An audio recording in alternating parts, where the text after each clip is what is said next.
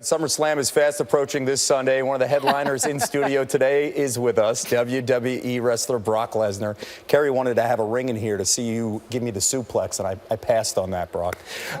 Unfortunately, you had a homecoming last night. Well, we don't need a ring. No, go for it, please. Then go Kerry for will be it. doing a solo show for the next hour and 10 minutes, maybe with you doing highlights. You had a homecoming last night. How's the body feel coming from Minneapolis and then being surprised by The Undertaker and then being a part of the Tombstone, pile driver, and then get your butt on an airplane and come out to Bristol, Connecticut. How you feeling right now? I'm feeling that. I'm a little tired, but I feel great. I mean, it's a pleasure to be here, and very excited about SummerSlam and facing The Undertaker and taking him to Suplex City. There's a lot of history with this, of course, last year with WrestleMania and ending the streak with The Undertaker. What was that experience like at WrestleMania 30 for you? It was a very strange experience for me because the legend of The Undertaker was supposed to live on, and a lot of weight on my shoulders because WrestleMania was his show. And I took that away. You know? How was the reaction from fans in the last year, considering what you did? I still get booed by that one. They don't like that one. You have a unique thing, and you and I talked about this during the commercial break. I think you're the only athlete entertainer that has ever played professional football when it comes to being in a training camp for the Vikings, be in the octagon as an MMA fighter for UFC, and a champion. And then be a professional wrestler. What's it like? How do you separate the training, and what was the hardest sport?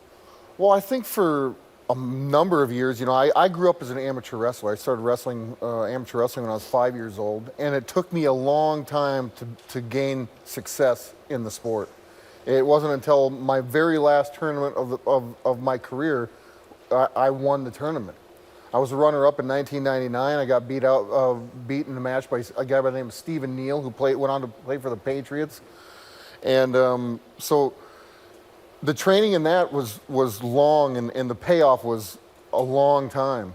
But I tell you, to this day, the NFL training camp, to me, mentally and physically, was very hard because I was out of my element totally. What was the hardest thing about it? Getting hit and not knowing where it was come from and not knowing what the hell was going on. Harder than being in the octagon where you don't know where the punches are coming from? Way harder because, yeah, when you're a fish out of the water, like there's a whole nother element to it. So, but for me, fighting and wrestling, that's what I do. Give me an idea what's different for getting ready for a night with Raw on Monday night, getting ready for SummerSlam, and then WrestleMania. How different are all three stages? Because they are bigger events as we progress. I approach every match the same. You know, I mean, at the end of the day, I want to put out a good product. I want to portray believability.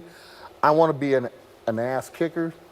And as long as I'm portraying that, to me, I don't know the difference if there's 20,000 or 80,000 people because I love being in the ring.